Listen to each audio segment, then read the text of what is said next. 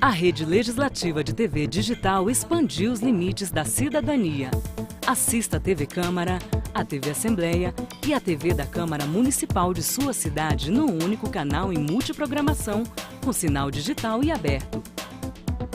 Todo cidadão tem o direito de conhecer o Legislativo brasileiro, as sessões do plenário, o trabalho das comissões, as audiências públicas e tudo o que acontece de mais importante no Parlamento. Rede Legislativa de TV Digital. A transparência chega até você, onde você estiver.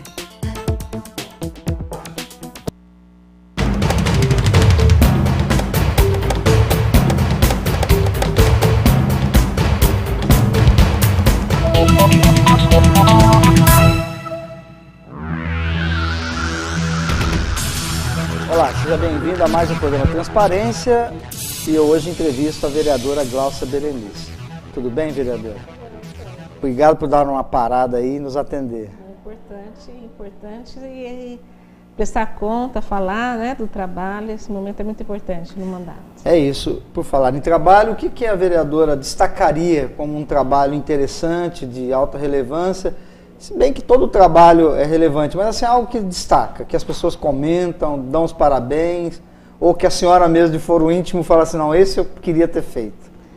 Tem muitas coisas que a gente, na vida pública, nós temos muitas frustrações, né? O vereador, ele tem desejos, tem projetos, tem demandas que chegam até a população, mas o poder do vereador é muito limitado, mas um grande poder é fiscalizar, né?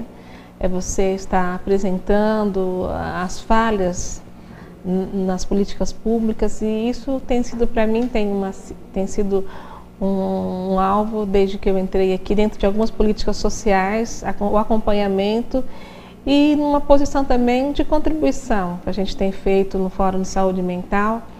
E esse ano nós tivemos a participação muito efetiva durante esse mês de maio, é um mês de luta, onde nós lembramos que nós não queremos mais aquele modelo fechado de manicômio, de quase uma prisão, né, de você eternizar as pessoas num tratamento desumano.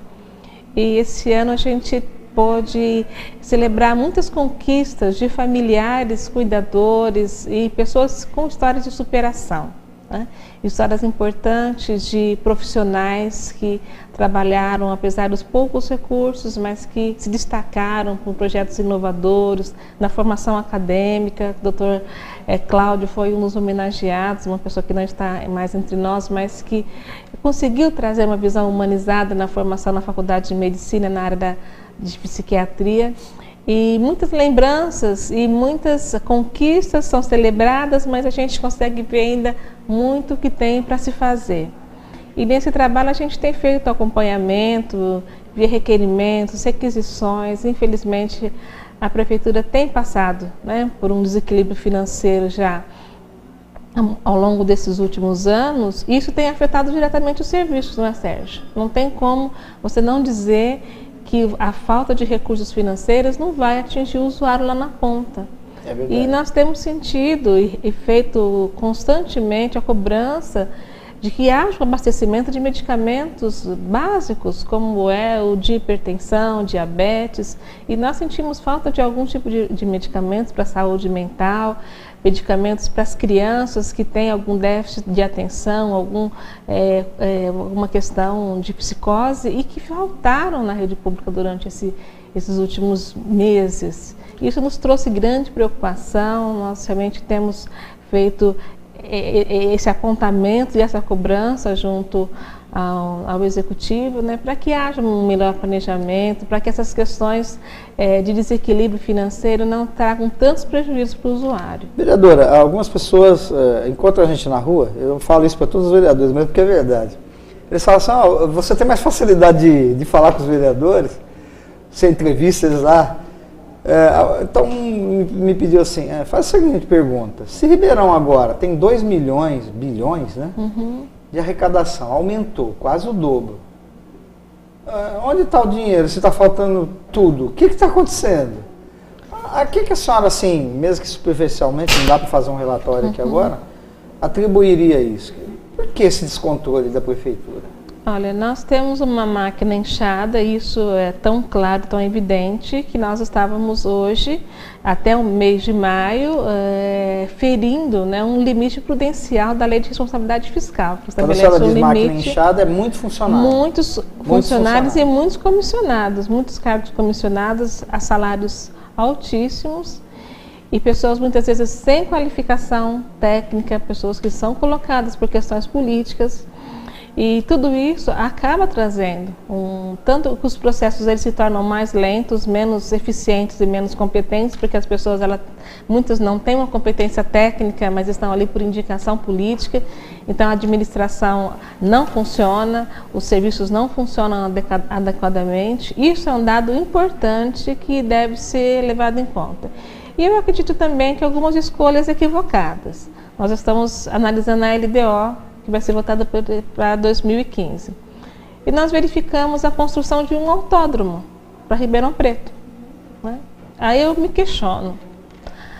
Uma cidade com tantos problemas na área da saúde, na área da limpeza urbana, na área de mobilidade, um autódromo é importante? Governar é fazer escolhas dentro de prioridades. Nós sempre vamos deixar de escolher algo em detrimento de uma outra coisa. E quando eu me deparei com essa escolha de construção de um autódromo, sendo que hoje está faltando gás. E essa verba é da prefeitura, não é do Estado, do governo federal, que justificaria alguma coisa? Recursos próprios, né? Então, eu vejo que existem equívocos, sabe? Equívocos no planejamento e naquilo que se pensa para a cidade. Eu acho que nós temos vivido um momento onde a população não tem sido ouvida, os conselhos que têm uma participação popular importante podem decidir sobre as políticas públicas, conselho de assistência, da educação, da saúde, conselho municipal de álcool e drogas não são ouvidos. Eu ia perguntar isso, porque a cidade tem conselhos em vários setores, mas eles se reúnem, eles são ouvidos ou se reúnem por reunir? O que acontece? Se reúnem para lamentar. Para lamentar a falta de participação, falta de espaço de participação. Eu entendo que num modelo democrático, as decisões elas precisam ser descentralizadas, precisam ser participativas. E não é o que acontece em Ribeirão Preto, né? As decisões do conselho não são ouvidas. Quantos programas que foram colocados em práticas, o Dr. Móvel é um exemplo, né? O Conselho Municipal de Saúde foi contra a implantação do Dr. Móvel. Mas, ainda assim, apesar de contra uma deliberação de um conselho, o Executivo decidiu e implantou o projeto, em detrimento de ações mais importantes ali na atenção básica. Então, são equívocos que nós entendemos que a administração ela acaba cometendo, né? E isso, com certeza, interfere na qualidade. Daqui 2 anos nós vamos ter eleições para vereadores e para prefeito. E a Câmara Municipal, na legislatura passada, fez aqui vários fóruns, né? A senhora também participou de um fórum, dirigiu um, que eu não me lembro sobre qual. habitação. Habitação. Então, esses fóruns, a senhora acha que eles deveriam ser levados em conta pelos candidatos, já que houve participação maciça de vários setores da sociedade? A sociedade participou ativamente. Foi uma coisa assim fantástica, não é? Nós deliberamos sobre as mais diversas áreas de necessidade da cidade. A senhora acha que os candidatos não deviam pelo menos dar uma atenção básica para isso? Para falar assim, peraí, o que o pessoal quer? E não vem com essas promessas mirabolantes aí, eu quero fazer isso, fazer aquilo. E o povo, não queremos isso, queremos isso. Na verdade, nós tivemos um grande exemplo que foi o governo dos Barcos, onde a população de fato foi ouvida, as propostas foram levantadas e não foram executadas. Então, espaços, né, de participação e de se levantar as propostas como foi esse fórum aqui aconteceu na Câmara Municipal, nós temos muitas propostas que vêm de acordo com uma visão mais coletiva do que uma visão de um governo. Mas, infelizmente, isso não é agregado na decisão. Não está na hora dos candidatos, dos partidos políticos entenderem que é preciso mudar essa política? Não é eu governo e vocês ouvem. Vamos governar juntos, alguma coisa assim, sei lá? Tá na hora ouvir mais e falar menos? Olha, a população, eu entendo que a população é que tem que fazer o seu papel, né? É o eleitor que tem que fazer o seu papel. de cobrança, de acompanhamento e de cobrança. O que a gente viu nas ruas o ano passado, né, a movimentação que houve, as manifestações, justamente foi em virtude desse descontentamento. Mas precisamos de, no meio desse descontentamento, de lideranças que possam, de fato, fazer um apontamento e canalizar essa energia, né, que as pessoas querem participar mais, elas querem influenciar mais, elas querem controlar mais os gastos públicos, a maneira da administração dos nossos recursos, porque são provenientes de impostos. Nós precisamos de criar cada vez mais esses mecanismos que estão garantidos em lei, né? Desde os conselhos, agora a lei da transparência, a lei da informação, mas ainda nós temos muito resquício ainda da ditadura, nós temos resquício ainda do coronelismo, né? Então, realmente, as pessoas chegam no poder e ela se sente dona, né, realmente, daquele espaço para a decisão, para as escolhas e essa visão muito ainda ligado, né, ao nosso passado histórico ainda está muito presente, apesar de nós estarmos hoje com toda um linguajar mais moderno, mais democrático, mas as práticas ainda são ultrapassadas. Por falar em prática ultrapassada, a população também não está com umas práticas, querendo fazer alguma coisa. Por exemplo, ontem nós tivemos a prestação de contas aqui do secretário da Saúde, e eu não vi ninguém dos movimentos sociais. Eu não sei se estou enganado, eu também não vi OAB, não vi ninguém dos direitos humanos, não vi ninguém nada, só vi o advogado da família. Pode ser que eu esteja errado, se eu tiver, me corrija, que a senhora conhece melhor. Mas eu não vi ninguém do panelaço, do movimento do passe livre, seja lá o que for. Eles só vêm aqui para reclamar das cadeiras dos vereadores. Eu fiz essa crítica também ontem. Na verdade, nós tínhamos conselheiros do Conselho Municipal de Saúde, acompanhando alguns conselheiros então vamos fazer justiça. da sociedade civil, isso. Mas era um momento importante, né, de uma política pública que a coluna, né, a saúde, eu acho que é a base de tudo, saúde e educação é a base do bem-estar de uma cidade. E era o momento da população, de fato, né, poder questionar, arguir o secretário, nem buscar, não é nem manifestar. Ninguém. Não, mas olha, nós queremos mudanças. O seu vereador estava ali presente para que pudesse ser levantada algumas questões, elevada, mas a participação foi ínfima, foi lamentável, exposto, divulgado, né, na mídia, de que ele estaria presente. Todas as emissoras estavam aqui presentes porque sabiam. Então, o que a gente percebe isso. Muitas vezes é uma maneira até de oportunista, né, em alguns momentos, de ocupar, né, e fazer manifestação, mas no momento chave, né, onde você de fato tem o poder de influir, a omissão, ela continua presente. Pois é, a presença do povo aqui ontem, dos movimentos sociais, era crucial. Não precisava nem falar nada, era só eles sentarem ali e dizer assim: secretário, nós estamos aqui, prefeita, nós queremos uma mudança. Pronto. É verdade. Eu lamento muito a falta desse pessoal, eu sei que vocês lamentaram também, não é? Mas a senhora também reclamou de que o mundo está fazendo campanha aí com relação à prostituição infantil e o Brasil ainda está... Parece deitado em berço esplêndido. Justamente. E Ribeirão também continua? Olha, a pornografia infantil é a terceira maior indústria do mundo. Que coisa, lamentável de ouvir isso. O rendimento é de 20 a 80 bilhões de dólares anual. Isso são dados da Unicef. E o Brasil é um país campeão na produção de pornografia. Isso significa que as nossas crianças e nossos adolescentes, eles precisam de medidas de proteção, de uma política pública que diga que nós não toleramos o abuso sexual, que nós não toleramos a exploração sexual. Deixa eu cortar isso aqui, não toleramos mesmo? Precisamos nos indignar. E essa campanha... Porque há uma parte da sociedade que não tolera, mas não há uma parte aí que... Olha, está muito ligado à cultura. Exatamente. À cultura, né?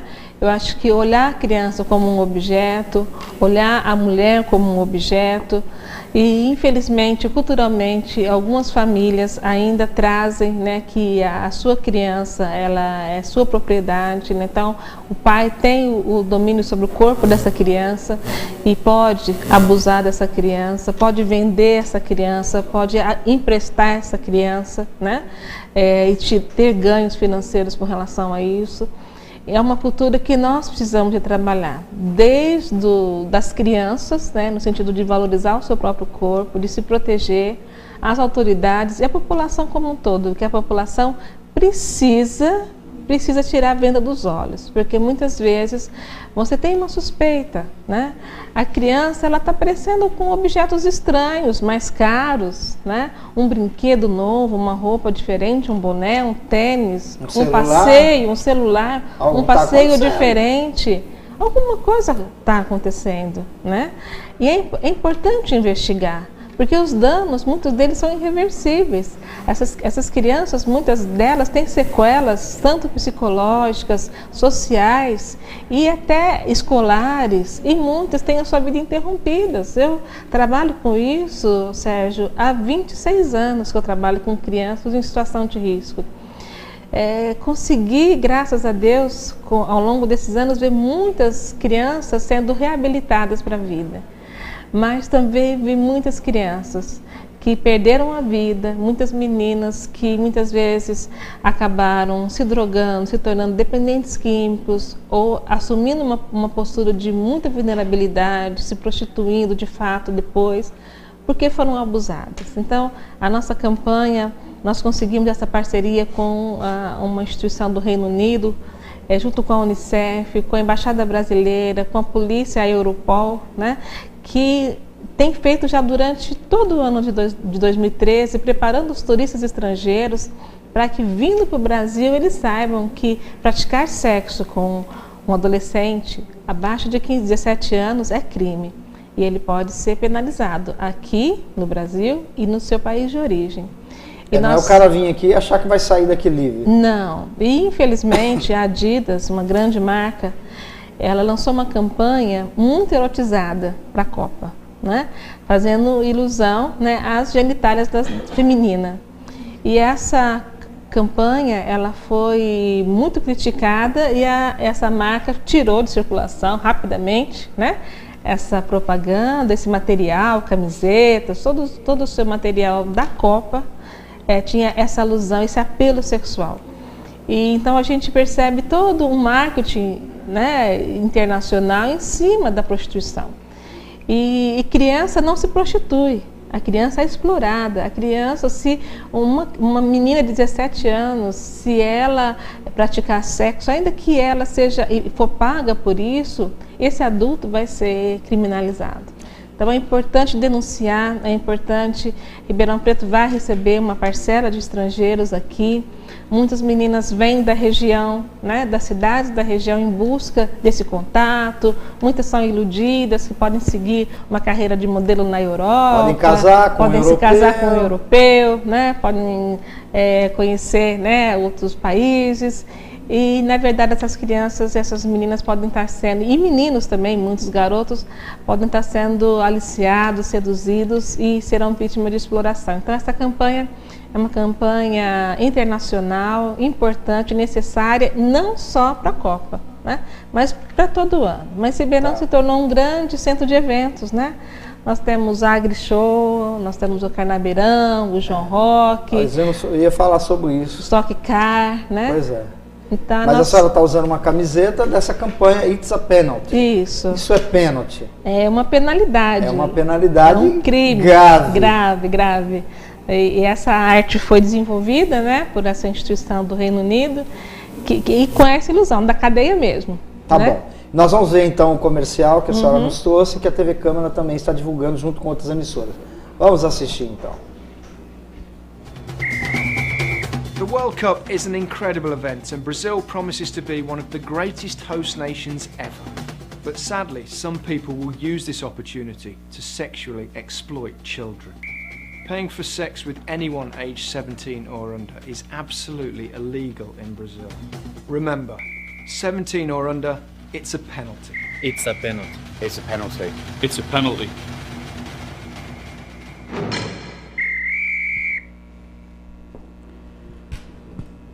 Então, essa campanha que vai ficar aqui foi feita para a Copa, mas a senhora lembrou bem que nós temos vários eventos. Eu ia comentar a respeito da feira, como é que chama? Da Feira do Livro, tem a outra, da Agrofeira, como é que chama? AgriShow. Agrofeira, tudo é feira, né? AgriShow. Que sabidamente é usado, uma parte dessas pessoas que vêm aqui vem por causa de prostituição.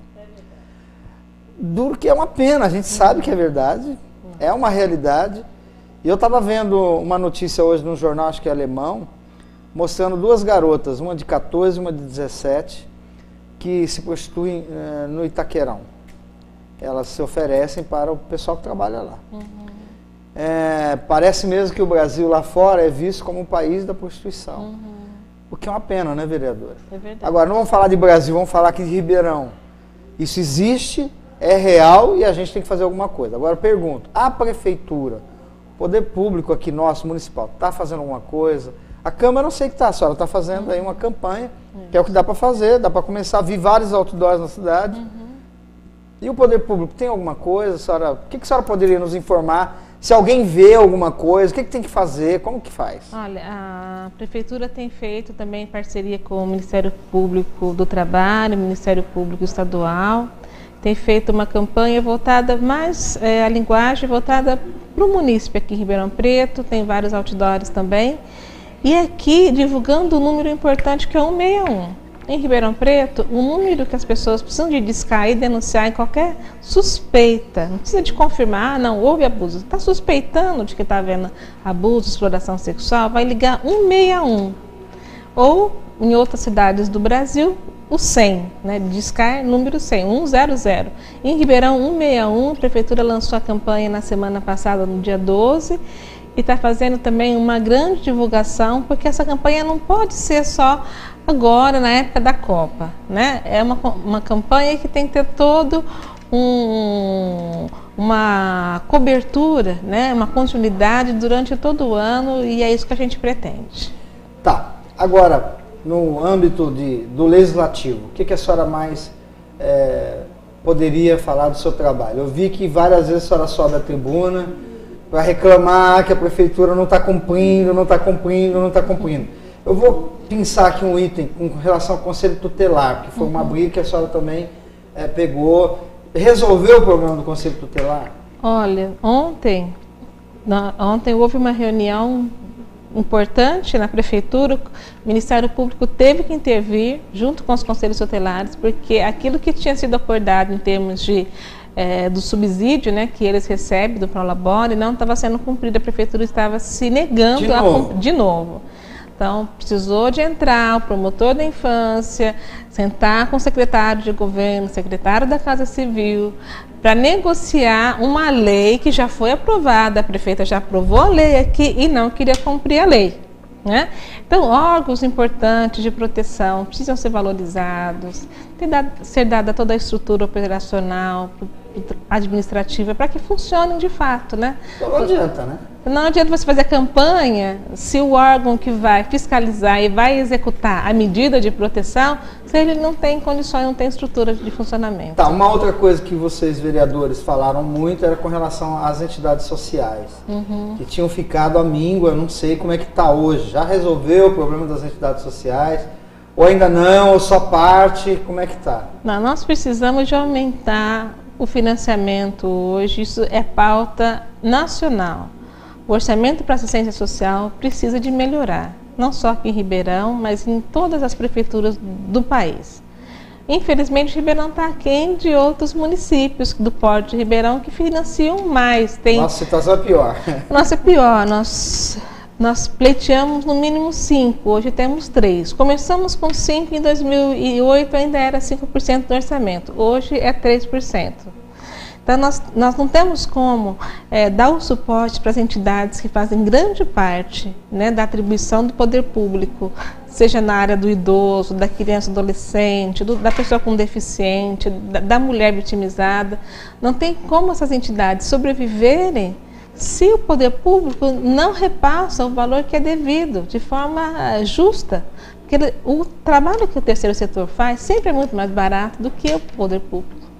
Então deveria se pagar, né? Porque é de forma mais adequada, né? E é um pleito, uma discussão que a gente sempre tem feito, temos apresentado, vamos apresentar novamente, já apresentamos na LDO, vamos lutar de novo na lei, na LOA, na lei de orçamento anual, mas é uma necessidade de mudança de mentalidade, né, do Executivo para que financie e aumente os recursos no orçamento. Tá, essa última reunião, acho que foi a LDO? Isso. Eu estava aqui assistindo e vi que um munícipe reclamou muito. Que eles vêm, falam e ninguém dá mínima, e ninguém cumpre nada. É algo que vocês, vereadores, também reclamam. Também sentimos. Tem vereador que nem participa, porque fala assim, participa para quê? Além de ser fictício, tudo que a gente põe aí, ninguém ouve, faz uma conta. Continua assim. Infelizmente, voltamos no início da nossa conversa, né? Vamos dar uma volta, né? Voltamos no início. Por quê? Porque governar é você dividir os poderes e respeitar, a harmonia entre os poderes, executivo, legislativo e judiciário. Infelizmente, o poder legislativo, ele não é respeitado. O executivo tem o poder da caneta na mão, né? E o judiciário tem o poder de julgar e penalizar. O legislativo, que fiscaliza e legisla, ele hoje no Brasil ele está totalmente sem possibilidade de atuação, porque é quase que uma voz gritando no deserto, né? Porque ninguém respeita. O poder judiciário também está legislando, né? O executivo também legisla e o vereador, o deputado, muitas vezes o senador fica com dificuldade, né, de desenvolver a sua atribuição. Bom, por falar em judiciário, também a senhora fez parcerias, trabalhos com o judiciário. Gostaria que a senhora nos lembrasse a respeito disso. Parece que tem algumas coisas rolando aí que a senhora que incentivou, nós estamos lutando dentro da área da violência contra a mulher. Nós estamos pleiteando a instalação de uma vara especializada em violência doméstica aqui na cidade de Ribeirão Preto. Certo. No Fórum de Ribeirão Preto, porque cada juiz tem uma maneira de apenar, de interpretar a sentença, e nós queremos uma uniformidade, uma maneira única de avaliar a questão da violência doméstica e distribuir, né, a distribuição hoje cai na vara civil, mas por mais diversos juízes. Uma vara especializada vai garantir agilidade, e aquela questão da falta de credibilidade na justiça. Muito agressor, às vezes, ele leva uma situação até a fatalidade porque ele acredita na impunidade, né? Os processos são tão morosos que ele não acredita que, de fato, ele vai sofrer alguma pensão se ele descumprir uma medida protetiva, avançar, né, com relação a uma restrição que é imposta pela lei. Então, nós estamos lutando, já tivemos no Tribunal de Justiça, falando com o presidente, com o desembargador, há uma promessa de instalação de um anexo, e as coisas estão caminhando. Nós tivemos expectativa agora para o dia 8 de maio, com a vinda do novo desembargador, não foi possível, mas tem todo um ajuste acontecendo, os juízes eles estão bem sensíveis para que haja disponibilidade de funcionários para criar, ainda que não seja vara, mas um anexo que já vai desafogar bem a questão dos processos de violência doméstica. Tá bom, nós temos 3 minutos. Tem alguma coisa que eu não perguntei, que eu não falei, que a senhora gostaria de falar, ou quer dar seu recado?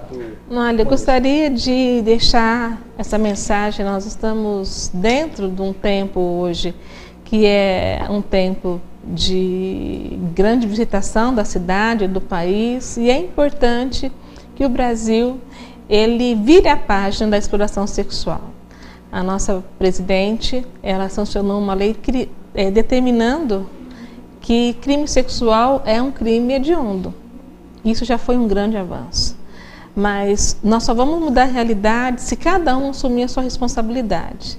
Se cada um olhar para uma criança e sentir que a responsabilidade é nossa, de todos nós. Eu gosto muito da mentalidade dos indígenas. Uma criança indígena, ela não é do pai e da mãe, ela é da aldeia, ela é da comunidade. Então todos são os pais, todos cuidam de uma criança não morre de fome. Ela não morre desnutrida, ela não morre desamparada, porque todos cuidam. E a paternidade, eu acho que a gente precisa de resgatar, nesse sentido de paternidade das nossas crianças. Porque eu olho para o meu, né, não considero o meu próximo como também alguém que faz parte da minha vida. E é isso que a mensagem que a gente quer levar. As nossas crianças precisam ser protegidas. Então, em qualquer caso de suspeita, de exploração sexual, diz que o 161. Antes você chegar à conclusão de que não era procedente aquela denúncia, do que você ver uma criança chegando a uma violência fatal, como nós temos visto muitas aqui em Ribeirão Preto e no nosso país. Vereadora, muito obrigado pela sua prestação de contas aqui, espero que a senhora venha mais vezes. Obrigada. Você também que nos assistiu até agora, continue com a nossa programação. Lembre-se, sem transparência não tem democracia.